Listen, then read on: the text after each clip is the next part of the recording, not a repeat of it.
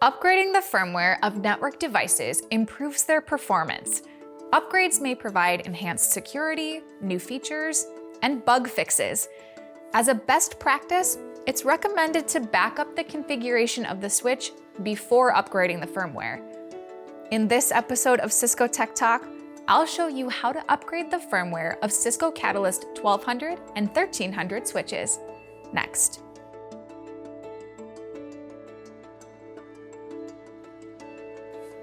In this example, I'm using a Cisco Catalyst 1300 switch, but the same steps apply to the 1200 models as well.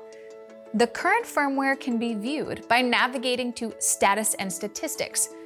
Under System Summary, the active image of the switch will be listed. Now that you know the current firmware of the switch, the first step in the upgrade process is to navigate to the Administration menu. Click on File Management and select Firmware Operations.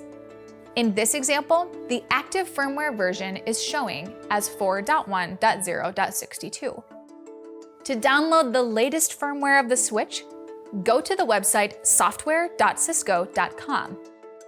Here, the latest firmware version for the Catalyst 1300 switch is listed as 4.1.0.72. If you're upgrading a Catalyst 1200 switch, be sure to download that file instead.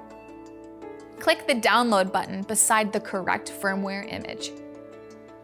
After the download is complete, navigate back to the Firmware Operations menu in the UI of the switch. For this example, I'll select Update Firmware as the operation type and HTTP/HTTPS as the copy method. I'm using HTTP/HTTPS because it's an easy and quick method to upgrade the firmware. To choose the file name, click on the Browse button and navigate to the folder where you have downloaded the latest firmware image file. Click the Apply button. The process to transfer the file onto the switch will take some time.